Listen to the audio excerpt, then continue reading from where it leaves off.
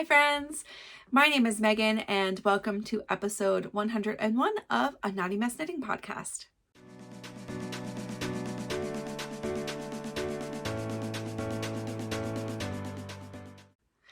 We have some fun stuff to discuss today. I have a new finished object. Actually, I have two. Well, 1 3/4 or 1 and 1.9 finished objects.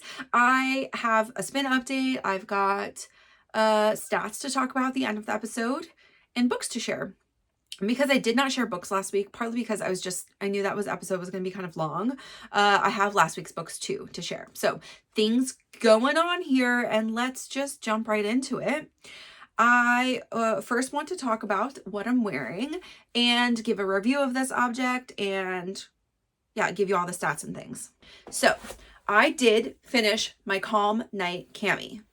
It is on. I'm loving it mostly. I do want to talk a little bit about the fit when I stand up, which I think I'll just do right now, and then we can talk about yardage and all that kind of fun stuff. Today I'm not going to adjust the camera just because I'm feeling particularly lazy, but here is the Calm Night Cami. I will take this off to show you the back of it, but like this is how I'd wear it, with something over it, most likely a cardigan or something light like this. Today's actually kind of cold. I could have worn a real cardigan, but I didn't feel like putting one on that's not quite the color match I wanted. So here we are. It is washed, it's blocked.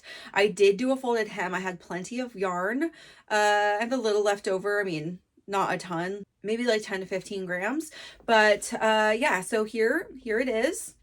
The shape is really nice. It's a little bit bigger than I had anticipated, not even from blocking out, just because I didn't really gauge swatch, and that's on me. It's comfortable. It's pretty see-through, so I probably should be wearing like another tank top underneath of this, but I want to show you the armholes, and so that's kind of why I'm not doing it right now. And those are a little bit bigger. You can't really see what I'm doing, but if I lift the back up, I could take off like a good inch and maybe even a little bit more because this V is kind of low, and I'd probably be really comfortable with this like whole like 1.5 inches missing. If I had that 1.5 inches missing, I think the armholes would sit in a really good place. As it is, if I tug this down a little in all sides, the armhole is okay. This bra sits a little bit, I mean, that's pretty normal, but like you can see a little bit of the side bra, which is also like, it's almost like side boob happening here. It's pretty big. I did show you this kind of, but like here's a shot of the back of the sweater. I'm not like, my bra's not arranged exactly how I would be. Like, honestly, I could probably do a racer back with this, and that would maybe sit a little bit nicer, like bra wise, but for right now, I have on what I have on. I like how it's sitting here. I really enjoy the folded edge. I think that was the best call for this. Just like, now I feel like all the like the edging looks pretty seamless, not having, I don't know, I don't think I liked that rib part. Like just even on her, it was not my favorite. So this was a good move. Okay, I'm gonna sit back down and let's talk about stats. One thing I want to show you too is this beautiful little detail. I don't know that it's necessary. It looks fine. I just don't really notice it that much. But you can also see where I put the bust darts here. They're just like right here. They're right about mid bust, and that does just give me a little bit. So my line is sitting really flat. My hem is sitting really flat, and I only added probably like a little over a 1/2 inch, maybe a little over a 1/2 inch in those bust darts, but I actually do think that was worth it, even though this seems to have some ease to it. It's interesting numbers wise. So this is sitting at, if I lay it flat, it says 23 inches across, so 46 inches. This is supposed to be 47 inches, I think. So that's pretty correct. But definitely my row gauge must be off, which I don't know what it is, and I can do a check, but it looks pretty small. So I don't know if it's just like the way that this yarn is relaxed, or if it just does have large armholes at this size, and that I knit the way that it's designed, and I just don't love that. But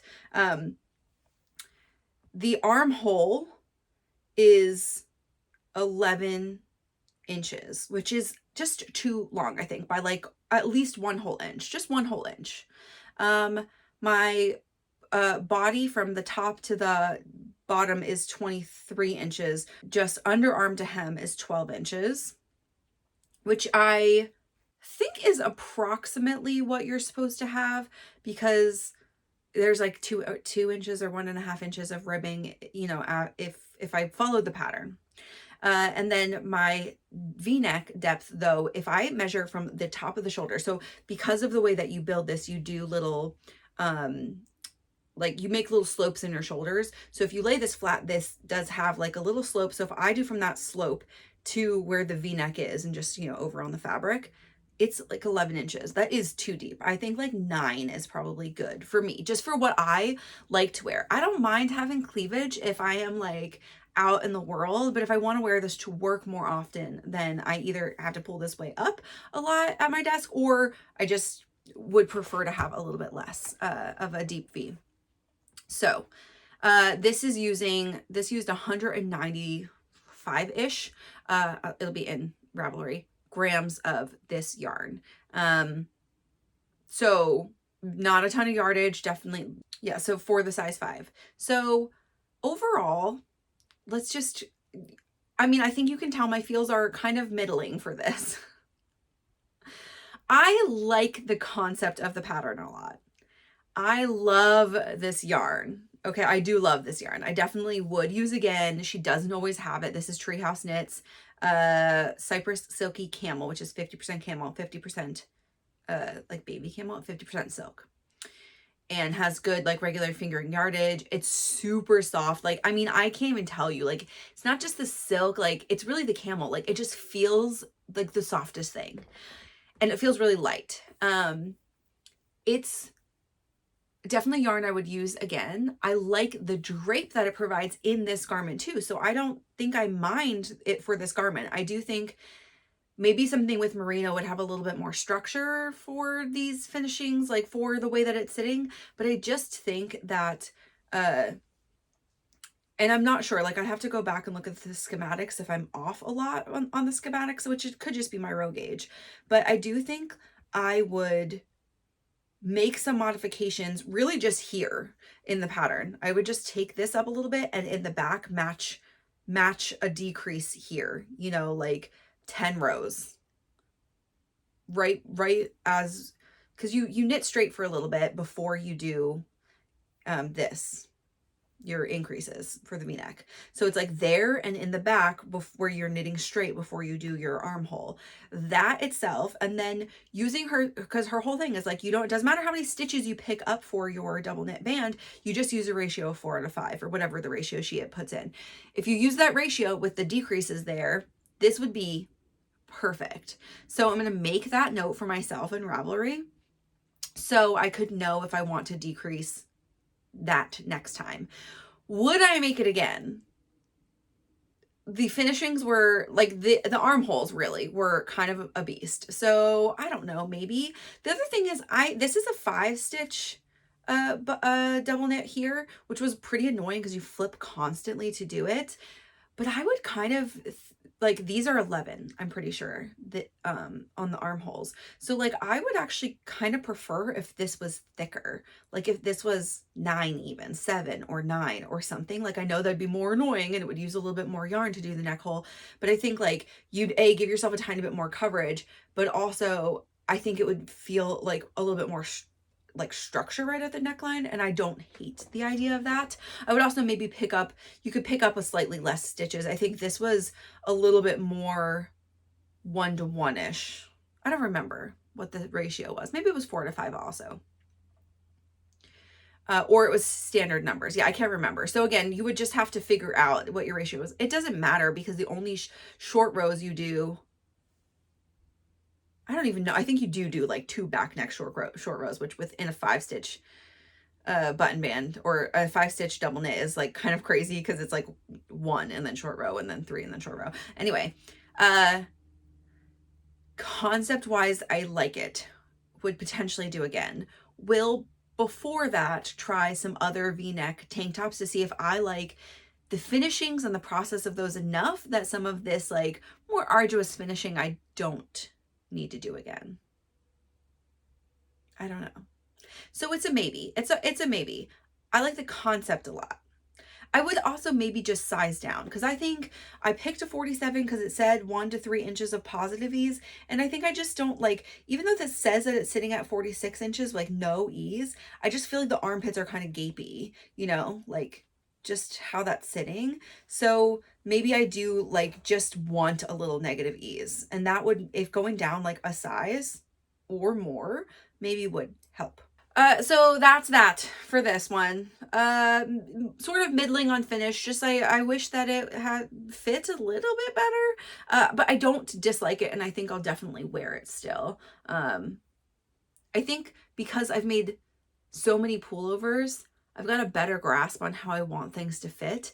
And yes, I've made a lot of tees and tanks in the last year, but I'm still finding my process of things I like, and summer yarns are all different. And so I think there's a lot of trial and error that are still happening here, and that's okay. It's a learning process. I don't dislike the fact that I made this. I actually enjoyed a lot of the making of this, and part of that is the yarn, because this yarn is so dreamy. But yeah, it is a little bit more see-through than I wish that it was, and that's fine. I mean, because I wear something over a lot, like I'm not feeling real tragic about that. Okay, I did not say this in the beginning, but this is a Lily Kate France pattern. I do love how she designs typically. So this is my first tank top from her. So maybe it's just a little bit of a sizing issue. Again, it could be my gauge. I will do my row gauge once I like take this off later today. I pulled it off the blocking mats just before filming and just did like the quick regular stats. I didn't do gauge. So I'll go in and do that. Likely this is at least 30% on me, if not more. So I can take that responsibility. That's fine. Let's go on to what else I finished. The reason I say 0.9% finished, the next finished object here, is because it's not washed. But that's because I finished it last night. Ends are woven in. Try on happened. Just needs to be blocked.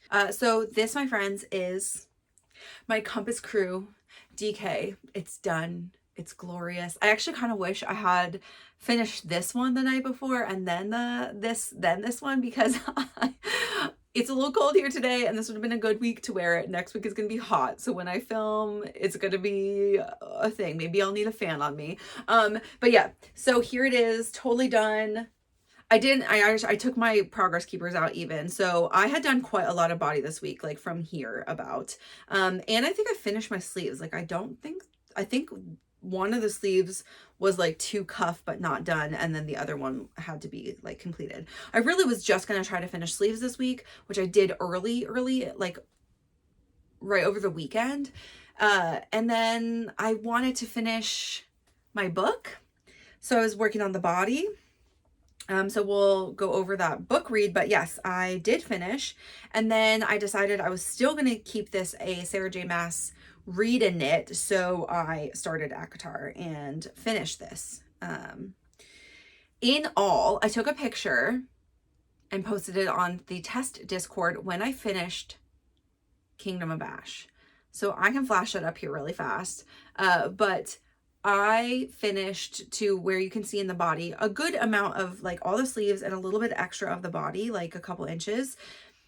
And so I really only had maybe this much to do while reading ACOTAR. That means in 20 hours of reading and working on this pretty much exactly, I finished this much. There were a couple of times where I had to stop the book to count, but also like, so that is knitting time, right? But like not a significant amount, more in the raglan area. So that's a lot faster than I thought that this would be. So Throne of Glass was like exactly 20 hours of how I listened to it at 1.65 speed. Okay. The bottom of this, including the ribbing, so I don't know exactly where it was, like this-ish, maybe a little bit less than that, took me 4 hours because I started ACOTAR and I'm listening to that till 1.75, and I finished 7 hours of listening of the full book length, not listening time. So listening time about 4 more hours to finish all of the ribbing, including the sewn bind off. So done. So 24 hours, essentially. Maybe 24 hours and 15 minutes or something to finish a sweater. So if you needed no breaks and you could continue knitting for 24 straight hours, which would be so hard to do, you finish a sweater. I will say, if I think about that time-wise, like I could finish a sweater in a week.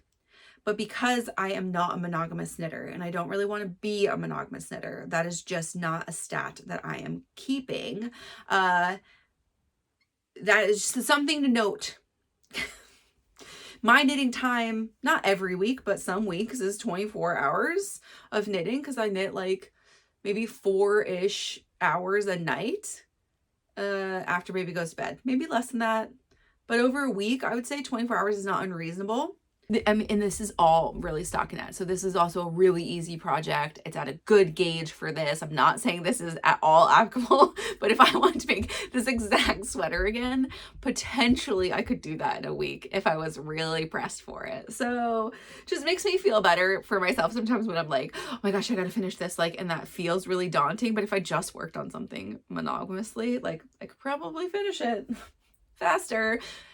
Anyway, let's talk about the stats for that really fast. So, and I'll do like the yardage and the measurements after it's blocked. So not including that at all, just what it is. This is a size 5. Also, it's a 46-inch bust. The recommended ease is 2 to 6 positive inches, but I went off my upper bust measurement. And then I was going to decide if I needed to add any, but when I tried it on, I felt like it was pretty good. I did do horizontal bust darts in this, which again, I think was a good call because it is pretty close to bust. We'll see how that blocks out. I used 4.5 millimeter needles for the body, which is what was recommended, and 4 millimeter for all of the ribbing.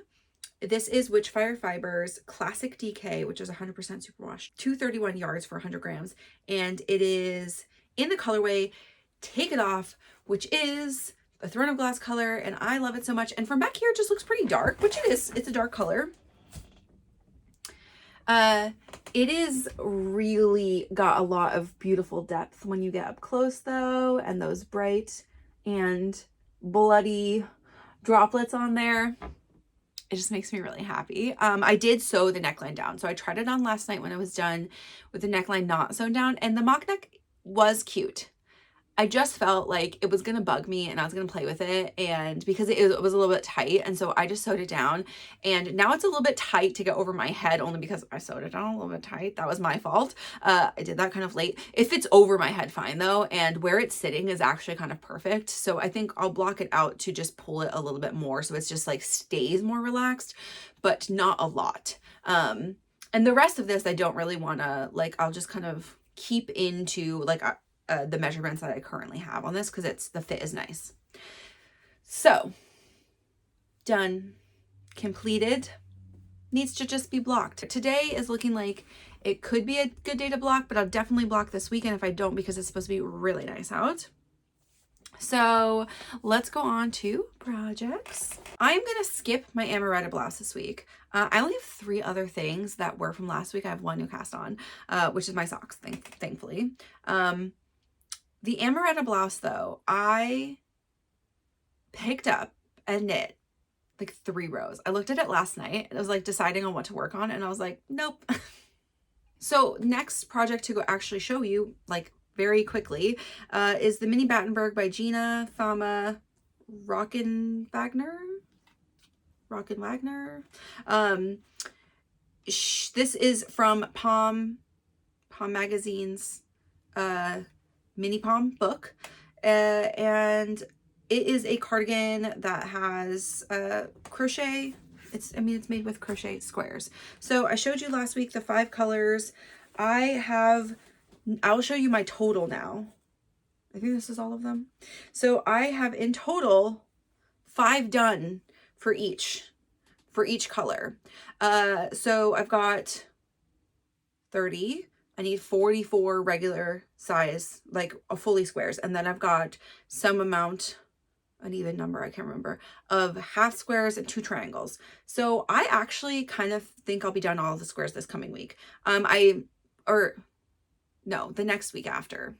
I don't know. I'm not going to rush on this. I don't feel like she needs this tomorrow. This is for my daughter, Theo. And I've got gray as my connecting color. I'm so far it's been fine. This has been actually really good TV crocheting because I don't need to look at the pattern. So until I finish those big squares, but I did like 10 in one sitting because we watched just 2 episodes of Andor and I did 5 per episode. Is that true? They were the 45-minute episodes. So yeah. So I'm getting faster. 9 minutes ish per. I think I said 10 last week. So yeah, that's my improvement. 1 minute faster per square. I mean, hey, that's helpful. But I will likely just do the same thing. It's great TV. I don't have to think about it. And because I get bored color-wise, I just do 3 of each. That's sort of the pattern that I've been doing, which will be the same. And then I'm going to do 1 less of those colors. So yeah, continuing on with this, I'm doing the 4 to 6 size for children, even though my daughter is only 2.5. She is rather tall for her age. And like chest wise on this is 1 inch difference in the chart. And I don't think that'll make a big difference because it is already oversized. It's going to be oversized on her. I'd rather have her to wear like for longer and to have slightly longer sleeves. So that is the size I'm going to make for her. Oh, and that's all Debbie Bliss Cashmerino in different colors. I would like to talk about my Queen's Cami, which has gotten pretty good progress. I feel like, 2 weeks ago or whatever, I was the queen of double knitting. This week, I was the queen of sewing down. So this one, I finished the hem and then I sewed it down. I did bind off and then sewed it down. I did sort of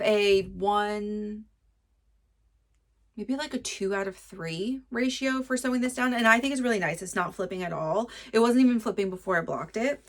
And so the Queen's Cami, I got to a point where I felt I could sew that down too. So I did that as well. And I did the same thing. I think I did 2 out of 3 ish for this ratio. And I feel like it's here. We can look at it. I feel like it's not going to flip up. I feel like it's going to sit really nicely. And because I had started just by doing a long tail cast on with 2 strands, you guys, I was so good on the tail. This is it. This is all I had extra. I didn't cut this at all after I wove in the end. But yeah, so like I estimated really well. And then I did the purl ridge, and then I just continued knitting. There is a point where if you do X amount of rows, she has it like around the pattern, then you do your joining row. I marked that with a stitch marker, and then I tried to join to that row. And that was actually the right row because I had at first, I think I was 1 below it, and it was like just kind of making a little bit of a bubble on the back. Like it just wasn't laying as flat as it should. So I only probably did like 10 stitches that I sewed down, and I was just like, nope, ripped it back out. I did a row above, and I thought that was like really easy to follow along the edge, like the same row to sew it down.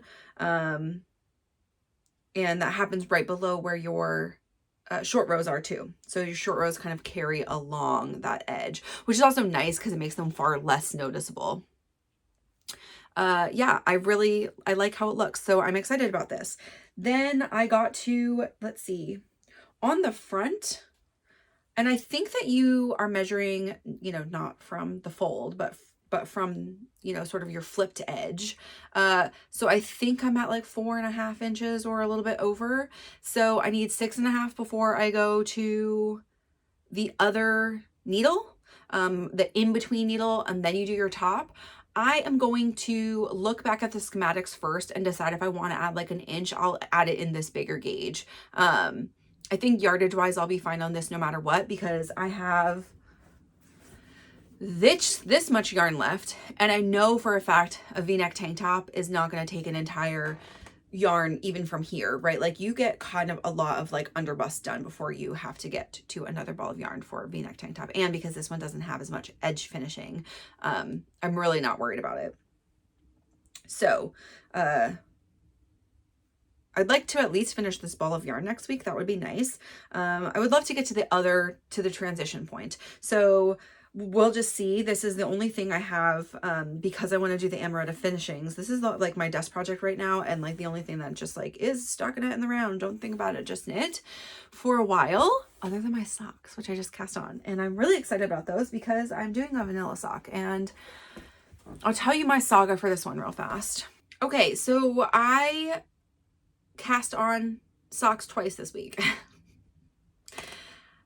I don't even have it down here, but I picked a yarn when I had picked like all my colors for the year. I picked a yarn that was like greenish for June or for July that I was going to do. And it's just a single, and I was going to do an all one, one color sock, and I was like excited about it. I picked a top down pattern from the Summerlee book from her sock project book. And I picked, let me tell you. Okay, so I picked from that book the Camellia sock, which has like a pretty lace. Just this color's like mostly I don't even know, lightish green color that has like a little bit of flecks of yellow in it. And I mean, not something I would use for anything but socks, but would be really nice for them. And I picked this color and I was excited about it. And I think the pattern is incorrect. So I'll tell you why I think this. I checked with Katie and we went through, because she also has the book, and we like looked at it together and she was like, yeah, I think you might be right. So I got one confirmation, but you can let me know if you think I'm just incorrect, which is fine. But the way that she has this written is like, oh, I picked the 72 stitch sock, which I also think is maybe incorrect, and I should have picked one size smaller. So all in all, it's fine that I ripped it off. But I picked the 72 stitch sock. So seemingly I'd have 36 stitches on each needle. That's what you're supposed to have before you start the pattern. I did the ribbing cuff. Then I started the pattern, and the pattern says that you start with 7 stitches, and then you do a 21 stitch pattern chart, and then you just knit to the end. But because of the way the chart is, in the first row, you have 4 make ones with yarn overs, and you have 2 decreased stitches, 1 knit 2 together, 1 SSK. That is not a 21 stitch chart. That's actually a 19 stitch chart that you have 2 extra make ones in that first row. And then there's blank stitches throughout a lot of the rest of this chart, because like blank squares where it's like, do not knit one, because there's not an extra stitch there to knit, because you do somewhere you decrease the next row, but you're not increasing at all, right? So like overall it's actually 19 stitches of your fabric, not 21. Because of this, it will offset that. This is like not really a problem for the sock sizing, probably, maybe, but it will offset your chart to the right side. So you'd have 7 stitches, and then I ended with 10, because it would have been 8 otherwise, because 7 plus 21 is 28. And if you have 36 stitches, you have 8 stitches left over, not 7, right? So it's no matter what, you would be like slightly off, but like that would have been fine. There is the reason I'm bringing this up is because there's no left and right. So they would just be both offset to the right hand side. In the pattern, it looks like they're in the middle, both of them. So either she's just incorrect in the number and it should have said 19. And so it should have just been 1 more stitch on the right hand side for all the socks. So if I had done 8 stitches, then the 19 stitches that it took across, because it did not take me 21 stitches because I had 2 extra yarn overs, right? So if I had the 19 stitches plus 8 would have been 27, which would have given me 9 stitches left over. 8 and 9 is the closest you could get to being in the middle. Then you could have just done that for 2 socks. So because of those considerations, that I was a little bit frustrated at the chart, because I was like, I did the first like repeat, the chart's short, it's only like 8 rows, but I did that first part. And then when I went to Katie's, I was like, I brought it to talk to her about it. And I was like, I think this is wrong, right? Like this is going to be offset. And then I could just do the reverse. I could just do 9 stitches and then have 7 left over and have them, be slightly off. But I was worried about the sizing. And when we talked about it, she was like, yeah, I can see that as being like, just making it a little bit wider than you think, with having more yarn overs. So I decided to skip that sock for now. I ripped it out. I may use a different pattern. I may think about revisiting that pattern, but honestly, Katie's advice to me was very sound. She said, if you're trying to knit a sock a month, and we're at the midpoint of the year, you do not want something to slow down your sock mojo. So do something like just totally start on a new sock. Don't even try to make this yarn fit with another pattern right now. Give it rest. And I said, Katie, I think you're so right. She's like, well, what do you want to knit right now? And I said, I want to knit a self-striping sock. And she said, that's what you should do. So that's what I did. So all of that to tell you, I'm not even knitting that sock, but I feel like, I mean, I spent time casting it on and then thinking about it and being like, what is going on here? If anybody has made that sock before and has an opinion, there's very few projects on Ravelry. No one's really made a comment about that. So maybe it's just me, but yeah, I don't think that's correct. But here is my self-striping sock. I'm in love with this. I love this so hard. I'm really excited about it. I also have been really going back and forth on what size sock I should make. So yeah, a thing I've been waffling a lot with is both my gauge and for socks, my gauge and waffling for gauge being just that I went down a needle size this year, but also my stitch count, because I don't like a floppy sock. I know that knit socks fit differently than athletic socks, but I still prefer, because I will wear them in shoes out of my house, I still prefer them to have more negative ease, and I think some people prefer. So in patterns, it often says like somewhere around an inch of negative ease, right? My foot, the ball of my foot, measures about 9 3/4 inches. So typically what you'll see written is like 8.5, I think, for a 72 stitch sock. And so I've been choosing that size. I don't like wearing that size, I don't think. So I decided to try, and my Krufka socks are 66 stitch, and those are my favorite socks. So maybe this is the indicator for me, right? So I decided to try a 64 stitch sock, just in plain vanilla, to see how I like that. And this will maybe inform me for other things. I am doing toe up. I did cast on my other toe. And so I did 2 toes. I mean, I did all of this last night. So I have 2 toes done. But yeah, I did all of this last night, and I'm loving it. I love this color. I love everything about it. I did pick, I don't think I have it down here, but this silvery gray is actually some yarn that I got, I think from Sylvan, I want to say. Maybe it's from Katie, but from one of the two of them, when they gave me scraps for my sea glass this year, and I asked for some like light gray, cool neutrals, scraps. And so this was one of them. And I did use this inside my sea glass. And so I had 27 grams left over, which is way plenty more than I need for toe heels. And I'm gonna be able to do cuffs with it for sure. So, and I might do a slightly longer cuff with it then. That may be what I decide to do. So yeah, here is my sock. Here's the sock pattern that I'm using. I am using, because I like my Krufka socks, and I would like to give this pattern maker a try with a different pattern, I am using Comfort Zone Knits sock.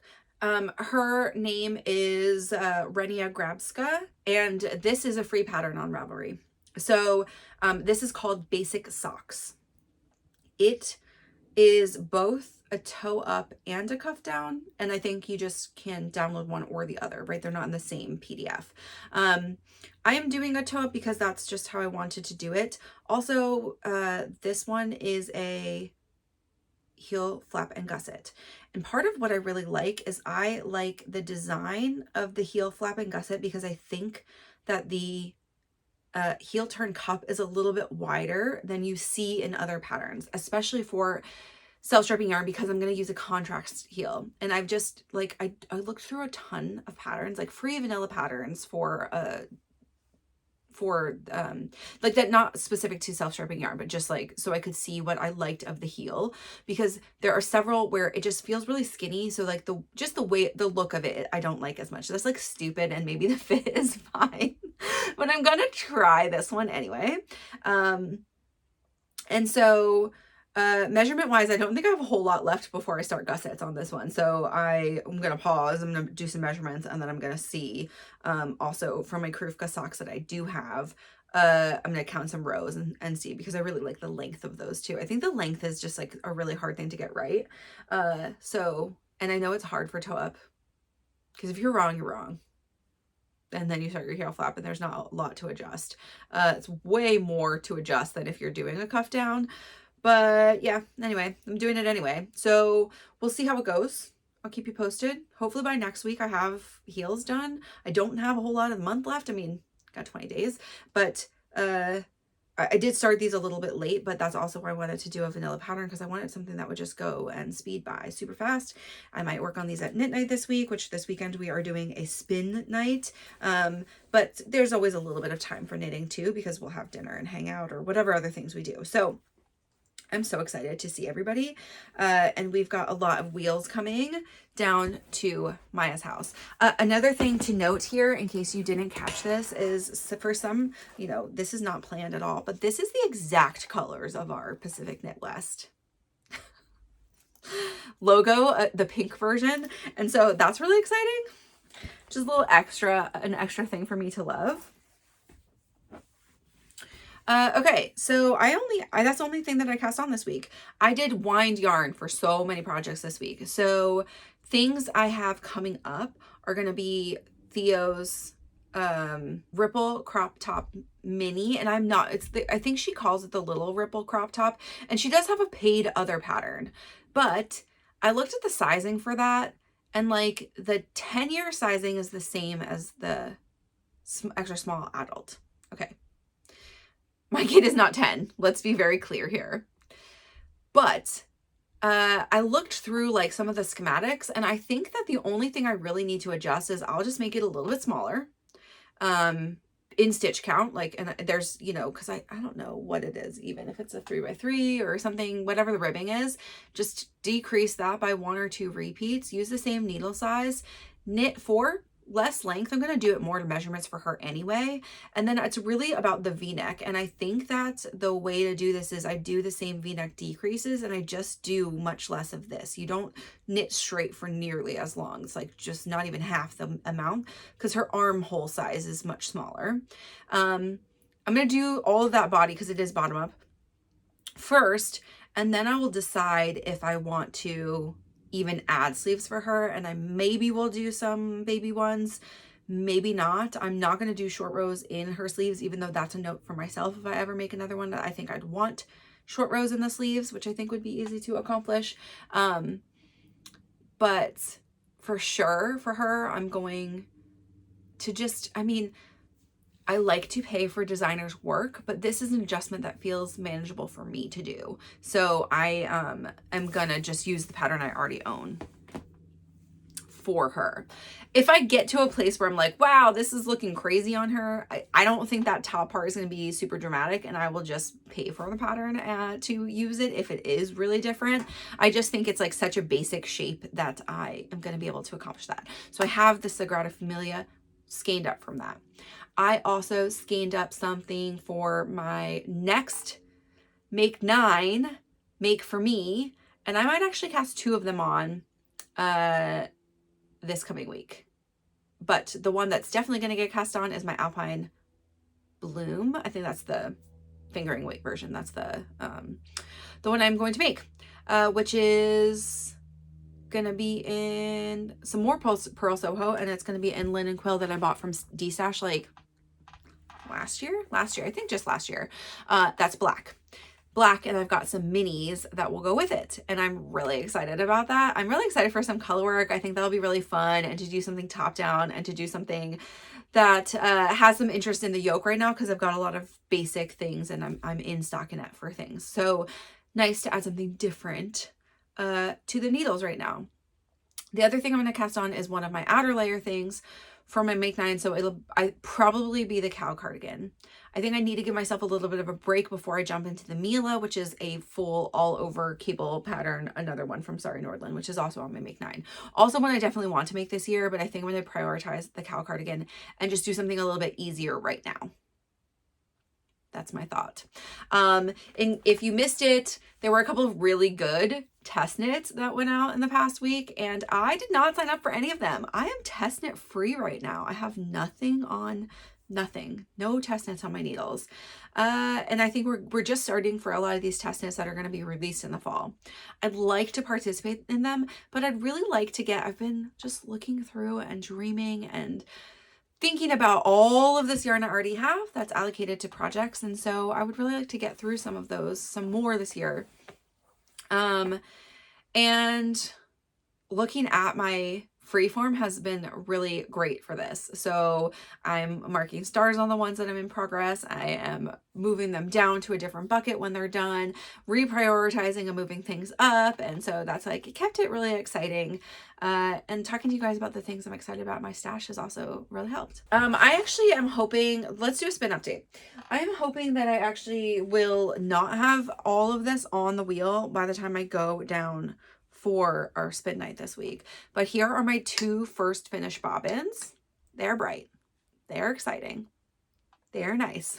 Oh, they are great. So I have my rewound bobbin. This is bobbin 1 and this is bobbin 2. And I just finished this last night, so I wanted to let it rest for a little while. I will rewind it today and I will probably start playing right after. Probably. I am still spinning the rest of it. I have 33 little bumps left over. I've got 11 of them on one, so I'll have a total of 22 on one bobbin and I will have 22 on another. I am going to try my darndest. So we leave Saturday afternoon for Spin Together week. And I am doing Tour de Fleece this year, and I'm actually participating in like a structured team, semi-structured team. I mean, it's not structured, through Melly Knits. You like could go in and put on a form if you wanted to join a team that you were not already a team of people. So I got put into a random group of people and we're just like, there's no standard goals. I am, trying to finish this up in, the next few days. And then I have other things to spin. I would like to practice some long draw while we're down at Maya's because I want some help with that. But I've been making my goal is just 30 minutes a day. And I've been crushing that. I've not been spinning a ton more than that, but started on the 5th and I've done at least 30 minutes every day. But that is the update. And then I have half of another one. So you can see like I change colors less frequently when I do, like move them over. And then when I rewind, it's just like, you just go back and forth really fast. So it looks different. But they are similar in totally different order and stuff. So we'll see how they ply up. It's going to be really interesting. Okay, and then I am going to tell you guys about one extra project that's just been in my brain. And you guys can tell me if you think this is crazy. Feel free. Have you all seen this? I'm going to put the picture up here. This book snake. Okay, this book snake pattern is by Han Lee. And I think she made one like last year for herself and then put the pattern out in January. And she did do this worsted. And I could absolutely do this with acrylic yarn and set colors in a certain way. But here's my idea. Is not using acrylic yarn. And this is not going to be a toy for Theo necessarily, though I'll probably give it to her to play with. So also just have that in your mind. I could also just put this up as a decoration somewhere or on a shelf or whatever. I love the head of the snake. I think it's so cute. But my thought actually is I'm going to make it a little bit smaller or just like change the proportions a little bit here. I'll buy the pattern because it's $5. And also because I don't want to design the snake head, though I might adjust it a little bit so that it's not too small. I want to, because this is a worsted weight pattern, I would actually just like to hold fingering double and make it a DK weight pattern. And she has this like as her idea and she just says like customize this however you want. People are using this for temperature snakes. People are using this for mood snakes. People are using this for book snakes. Okay. And a lot of people are doing this by genre. So you just like put a color card out of like, these are the genres I generally read. And each of the books that you read per genre, you just knit a stripe. I only really read 2 genres, romantasy, romance. That would be a really boring snake, like so super boring. So my idea is actually to do a snake based on the cover colors. So I would like to go into the books I've read this year, which already is a lot, more than 100, and find a dominant color. It doesn't have to be the dominant color, because like some books are just black, right? But like if they've got an interesting other color in it, that's maybe the color I would pick. Or I would do like a mini stripe of black and the color. I don't really know. It's the world is my oyster with this, or the world is my snake. But I have so many scraps, so I could so easily accomplish this doing the predominant color. So I like looked through with Katie. We were also talking about this during knit night. It was just me and Katie this week. And I was like, well, if it's this, this, and this, and I was like, I've got yarn for all of those colors right now. Like that sounds pretty fun. And either DK or fingering. And I could have a couple rows be worsted and it wouldn't probably matter very much. And if I were to finish this by the end of the year, or just in January, you know, like early January to be done with this, I would need to do like 4 stripes every week plus whatever number I finished this week. So if I finish 3 books in a week, I'd really have to do 7 just to stay on track. I think I'd probably be able to accomplish like 20 to 30 right off the bat, just like once I pick the colors. I think picking the colors will be a little bit of like the struggle or the fun part, whatever way you want to look at it. So I don't know. Do you guys think that's totally crazy? It is probably, it's crazy to start in July.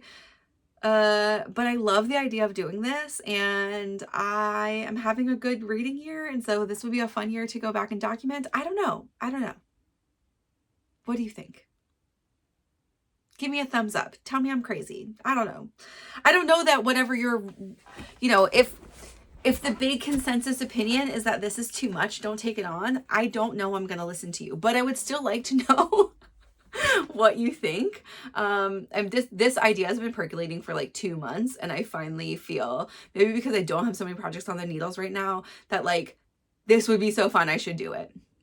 I don't want to buy yarn for this right now either. So I have like several skeins of like just white. They might be a little bit different from each other that I will use, that are not book eared for a pattern, and none of them like particularly nice. They're not like hand dyed white. They're just commercial white fingering skeins I have. Lend me your opinion. Okay, but let's talk about books for the last 2 weeks, which was actually not a ton of books. Okay, so this is 6 total books, so I'm gonna move fast. Okay, first I finished When Hatched the Moon, which is Moonfall book number 1. This has a lot of hype on Book Talk. I will say I enjoyed it. It was not maybe my most favorite book ever. No, that's not my favorite book from this year even. This is by Sarah A. Parker, and I don't know if she has any other books out. It was rather long, and I felt like there was a lot of progress and movement in it, and I felt like the pacing was okay, actually. I feel like this is, again, because this is a little bit of like a case of amnesia, question mark, and also back and forth in time a little bit, but mostly by journal entries, which was not as annoying. But just like a couple things that are not my favorite. I also found the FMC to be like a little bit annoying, because there are points where she's literally like, well, I'm not going to think about it. I'm going to bury my head in the sand. That's just not my favorite thing to happen in a book. I don't know. I mean, sometimes it's fine. Sometimes that's annoying. So it was more annoying in this one. I liked the general crew of characters she's creating. I don't like hate the premise. The magic is pretty interesting. People have like elemental magic. They've got kind of control over one thing, like fire or air or whatever, but and they call it by like there was a god of that, and you hear their voice, and then you can like use certain words to use the power. That's a pretty interesting concept. And there's also dragons. There's 3 types of dragons, and the dragons will sometimes, when they go to die, they calcify as moons around the planet. So this, like, the premise of this is pretty interesting, and people are still riding dragons at this point. They're not extinct or anything in this. So it was interesting. I definitely think if you're on the fence, it was worth a read. It just wasn't my favorite thing so far this year. Second book I read was Navessa Allen's second book in the Into Darkness series, which I read the first one just a couple of weeks ago, and then this one just came out, and I put it on early queue for the library, called Caught Up. This is about the main character from last book, her cousin, who was one of the mob guys. So the mob is involved in this, or whatever, the mafia. this one was okay. I wanted to know what was happening. I wanted to know what happened. I wanted to know how he would get out of the things that he was like, felt that he was stuck in. And it was not like a disappointment at all in it. It just was a little bit like, he was not my favorite character. She was also not my favorite character. Overall, it was okay. I just like, yeah, I guess I even though I just didn't grow super attached to either of the main characters. There's like a lot of trigger warnings in that one also, although I think overall the main trigger warning is like maybe a little bit of stalking, and it wasn't even as like, she didn't seem as concerned about it, and also it really wasn't as concerning as like you would think if that's the main trigger warning. So anyway, I finished Kingdom of Ash. As you know, this is the end of Throne of Glass. Excellent book. Great culmination to the series. Super hard to get through like to the 2/3 point because, oh my God, it's depressing. On purpose. I mean, this is not an accidental thing. And then the wrap up end of like where people are is like boom, boom, boom. Like it's like 20 pages. I don't actually know how many pages because I've never read the physical book, but it does feel very fast that you're like, okay, that's over. And now the battle took hundreds of pages and the end is just a little tiny bit. That's not atypical for fantasy books, but I wanted more. I want more because I want to spend time with them and I want to see them happy, and like none of them are happy ever. They're all struggling through this, but I think I just love how she leaves everybody. So I jumped right into ACOTAR. Then, but I'm not done the first one. So then I finished, oh, sorry. Even before all of these, I finished Inside Out, which is the Brown Family, book number 3 by Lauren Dane. I told you I'm reading these when I need like an absolute no thinking book, or I'm focusing really hard on a project. So right now I'm going to take a break from these, but I do want to find out what happens with Raven. I think maybe as one of the last characters. Oh, and also the real reason I wanted to read this series is because I wanted to know what happens with Adrian, and he has not had a book yet. So Adrian, then maybe Raven are the last two. And so I will read them eventually. Okay. I read with my eyeballs this week, The Maiden and the Unseen. This is called Love. The series is called Love and Fate by Jeanette Rose and Alexis Rune. This also has like a lot of book talk hype and things. I did not love this. I thought the premise is kind of interesting. This is a Hades and Persephone retelling. I mean, that's it. That's the premise. But it's like modern day, and the gods were all really there in the Greek era, but then just disconnected more from modern society, except for Hades, who has always been half in the underworld, half building an empire with lots of money that is now supporting some gods to come down and live amongst mortals, but there's rules. One of the gods that comes down to live amongst mortals is Persephone, and they obviously meet, and then it's their love story, but it's like kind of interesting that's, all the rest of those stories had happened in Greek mythology, but not this one. That doesn't really make sense to me, but whatever. And there is like some just, I can't tell you, some like miscommunication things, but not miscommunication because they're bad at communicating, because he's held under like a gag order sort of. And just the two of them, like, because you hear their internal thoughts, it's just like pretty frustrating. And maybe it's like kind of more true to life. Like he's probably thinking blah, blah, blah. And then he's in his thought process is like, she's probably thinking like, and it's just like, neither of them are having that thought. Like, why don't you guys just talk to each other? But part of it is because I can't tell her this, so a little bit annoying. And I felt like, I don't know. I just didn't feel fully convinced about the things. Plus they leave you on a big cliffhanger, which was fine. But I don't know that I'll read anymore. I'll sort of evaluate. If I continue to think about it, maybe I will, just to know what's happening. But I felt like overall it was a little bit like a frustrating read. Just like character wise, I just felt like the characters were kind of shallow and having these annoying thoughts, like shallowly written. Plus the smut in this is strong. It takes a little bit for them to get there, but I also found like the beginning of their relationship to be like, it gave me a little bit of like the ick from her. So anyway, overall, I feel like very 3-star-ish about that, like very meh. And then the one I actually loved, I ended the week on finishing The Ever King, which is the number one in the Ever series.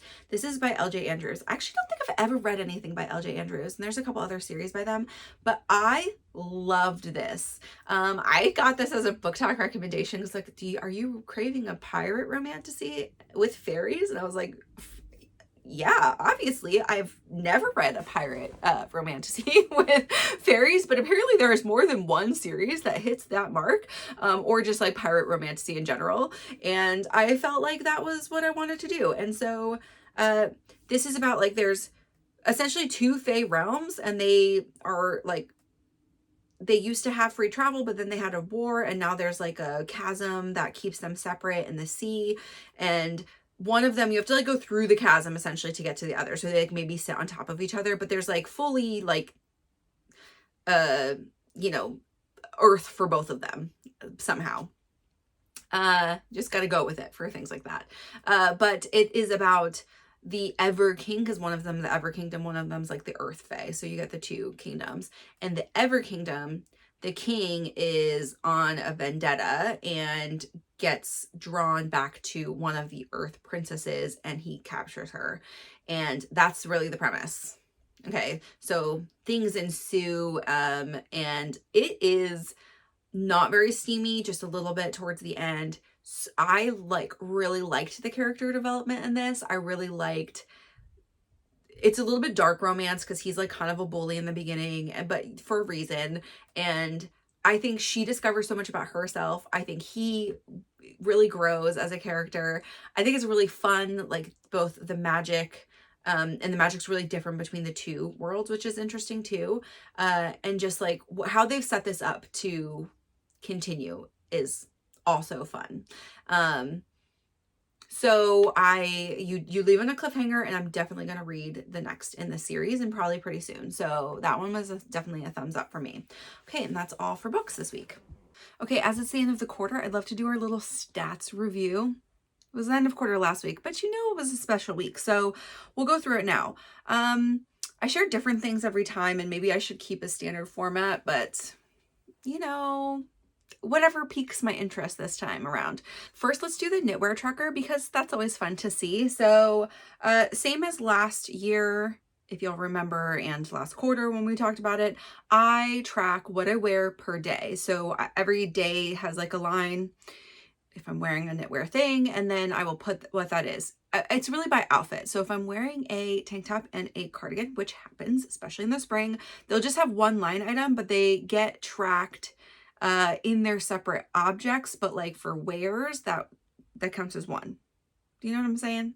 But sometimes they change during the day. So there are some more and some, you know, some months where it's like just the number of days, some months where it's a little bit more. And some of those months where it's the number of days of the month, but I definitely didn't wear it every weekend. Do you know what I mean? I had a total of 94 wears this quarter, which brings me up for the year to 185. I mean, that's pretty much one a day. It's not every day. I get some outfit changes in there, but yeah, so that's about the number. You can also see, like, maybe I'll put a picture up, but you can totally see my stats like sweaters. My sweater wears are like pretty consistently 20, you know, something, which is pretty much every day of the week for work. And then just like way down to this in June, there were nine sweaters I wore, which makes sense because it was pretty warm for a lot of June. My most worn sweater though, this is not the quarter, this is for the whole year so far. I still think that's probably a better number because quarter over quarter, it's not like that many, is my Traveler. That's actually a lot of those wears were in the last quarter because I only finished this in March sometime. So 10 Traveler wears. That's by far the biggest because the next one is Wood Anemone at 7 and DRK Everyday at 7 also. And then just less and less from there. My V-neck wears have gone up a little bit in the last, I don't know, maybe just, I don't even know why. It's not like the same V-neck. I did wear my Scotch broom wrap a couple of times because that's a warm weather knit. But anyway, so sweaters and V-necks are different, but My V-necks overall per year is still my Northwoods with a 10 also. And that is another one I finished in January of last year. So it's only had those 10 wears. So it didn't show up in my most worn overall numbers that I went over last week, but definitely my most worn V-neck ever since for a while. I don't know. Cardigan wears have kind of stayed steady actually. I've only worn 3 in June, 3 in May, 2 in March. Oh, none in April. So for the quarter, just 6. But a lot of those were my heirloom, a couple of my mezzo brunch, calm down, you know, the normal players in there. Okay. Tees have gone up significantly. So maybe I'll put that chart, maybe I'll have put it before. Anyway, it's a fun comparison to see sweaters and t-shirts just go up during those fair. I mean, obviously that makes sense, but it's pretty dramatic. And some of my tee wears in the colder months were only because I had just finished something and I wanted to wear it for a podcast right away. So May was up to, April was not a lot, 5, because it was still a little bit chilly. May 14, June 22. So a lot there. My most worn tees so far for the whole year are the Avenue tee with 5, the Moonset tee with 5, the Color Tip tee for 5, and the Salty Air for 5. So lots of 5s there. And then everything else a little bit lower. Yeah. So yeah, so far we've got quite a lot of wears happening. Let's talk through the knit library first, since there are some interesting numbers here, and then I want to talk about the yarn used. Because this is a half year review, I also want to go over the like yards in, yards out. So I don't remember where I was for the end of Q1, but we'll just look at the whole year. I mean, I actually acquired a lot of paisley knits in April and not as much the rest. I only then got a couple of skeins for middle of the map and 2 D-stash skeins. So that's it for other yards acquired. My total yards available right now that I have inside of my Monday board is 355,000 yards. And it looks like I ended last year at 334. So I've added 21,000 net. Definitely added more than that because I think that's like how much I added just from Rose City Yarn Crawl. And I bought other yarn this year too. So that means that what I've taken out as far as like what was tracked in stash numbers that I've taken out, I've knit a little bit more than that generally because I had some baby blankets and some other things that just like wouldn't have fallen in here yarn wise. That is what is left over. So that's a number we're tracking, just like, so the growth is not exponential. And, you know, eventually I would like to be under 300,000. Maybe that would be a cool place to be. What I have listed as acquired so far in 2025 is 55,000 yards. So that means if I've only got 20, I've, you know, knit about 30, that's accounted for, and that's pretty good. And, I have another stat in here that I think we talked about before, which is my yards purchased by dyer. And just an update here, my biggest purchase was still EKF. That makes sense because primary purchase from Rose City was EKF, plus seeing them at the La Mercerie pop-up, and getting middle of the map, right? That's a lot of alley yarn this year. But I also have purchased quite a lot from Paisley Knits because I did a big Eras order, and then which just got here in April, and then Back Loop, which I did some purchase in January.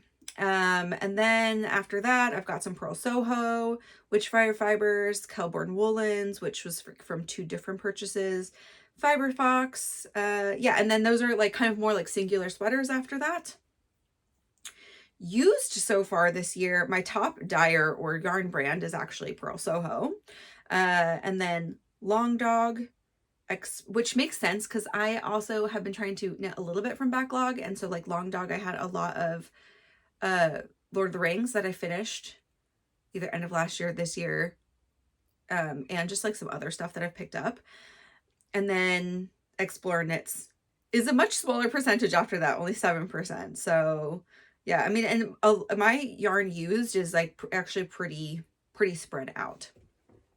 So there's that. I have destashed a little bit this quarter, not a lot. 2,000 yards. I had 2 orders of stuff that I sent out. And my biggest, like if we're evaluating what's left still in stash, I still have the majority, but majority, I mean, you guys, I have a big spread of who's inside of this stash here, but 11% of it is Explore Knits and Fibers by yards. 7.6% is Backloop, 5% is Malabrigo, 4% is Cascade, 3.4 is Paisley, 3% is Woolberry, and then really nothing. We're under 3% after that. So quite a big spread. If we're just looking at this quarter for yards in though, April was just under 8,500 yards, and June was just over 2,000. Nothing in May, which, you know, brings us to roughly 10,500 yards added. So the biggest damage was definitely beginning of the year, which I know there were a couple orders that came in, and also our Rose City and Explore Knits pop up. So those two sort of wrecked me in March. But yeah, so been pretty good. Just saving up for flock. Both my buying energy and money and planning and all that kind of stuff. Let's go to projects though. So Project Tracker says, so far this year, not including the 2 finished objects that I finished this past week, I have finished 38 projects. That is crazy. That's a lot. That is not, I looked at this the other day and I was like, what? I did do quite a few like hats. I did mitts. I've done a lot of socks. So I've had quite a lot of smaller projects, which I think last year, because I didn't do socks and I really didn't knit that many hats and things, this number feels bigger. In the past 3 months, I finished 6 projects in April, 6 in May, and 7 in June. And then I've got some like average times for by project type and stuff, which like cardigans take me the longest. I think that's not a surprise. And then projects by like category or type. So let me do just this quarter. Things by like type or like making type, I guess, is the category I have. So make along or knit along, gifts, year of socks, make 9. I did put those in this year, which were not in last year, test, and then sample. There are a couple things that are not categorized, but what I have here for right now is 5 that are make along, 5 that are gift, 3 year of socks, which some of them are gifts in there too, but just, you know, I can only mark them as 1. 2 make 9, 2 tests, and 1 sample. That is a low test number for me, so I think y'all should be really proud. So I finished 19 this quarter with the 6, 6, and 7, and I started 8, 6, and 4. So that feels pretty good, which that's only 18. So I finished 1 more than I started this quarter. I feel like that's really good, actually. Okay. Yards used per quarter. So this quarter was 19,326. That's a pretty big quarter for me. I looked back and I'm just over maybe like 500 or 1,000 yards over what I was last year. So at this point in the year, not for the quarter. The quarters were kind of swapped for me. I think last year I had like 19 something and then like 14 something. And this year I have 14 something in Q1 and 19 something in Q2. So they're very close to each other. So that brings my total for the year to 33,707 yards used. Tracked in my project tracker, which is a little bit different than what's going to show up in my knit or in my yarn library, because again, I don't have like all of the minis and some other things that like ever tracked in my yarn library, plus anything acrylic is just not in there really.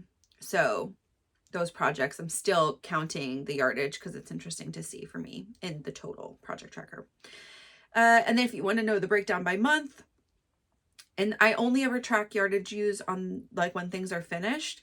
So in April, it was 5,700 yards. In May, it was 5,700 yards. And in June, it was 7,800 yards. And the big thing yardage wise was my sea glass. I finally did the yardage on that, and that thing took up like 2,200 yards because I held fingering double for half of it.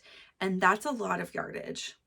Yeah. And then I also finished the sea glass for my mom and the book club cardigan, which with both were almost 1,500 yards. So that was, yeah, this big yardage month, June. Okay, so those are my stats. I hope that was kind of interesting, just like to see things that are going on. As always, here is my color in so far this year. So I think I'm going to do the same thing, and I'll film this after I am done filming for today. But I'll do the same thing I normally do, where Q1 will be a static color and those are already colored in, and Q2 will be a new color. So you'll see that pop up here now.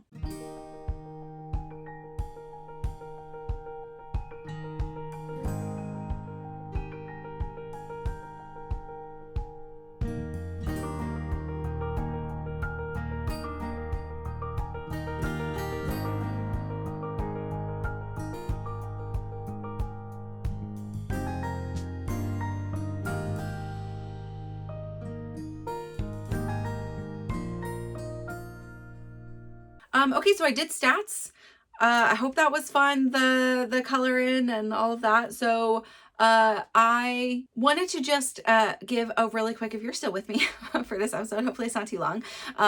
I want to give just a really quick thank you to everybody. You guys really showed up for episode 100. I got so many comments, way more than normal. Lots of just like really nice thank you for filming and congrats on episode 100. Also still a lot of like regular good comments on what you're making and things like that. But I really always appreciate the comments. That was like such a nice little uplift for me.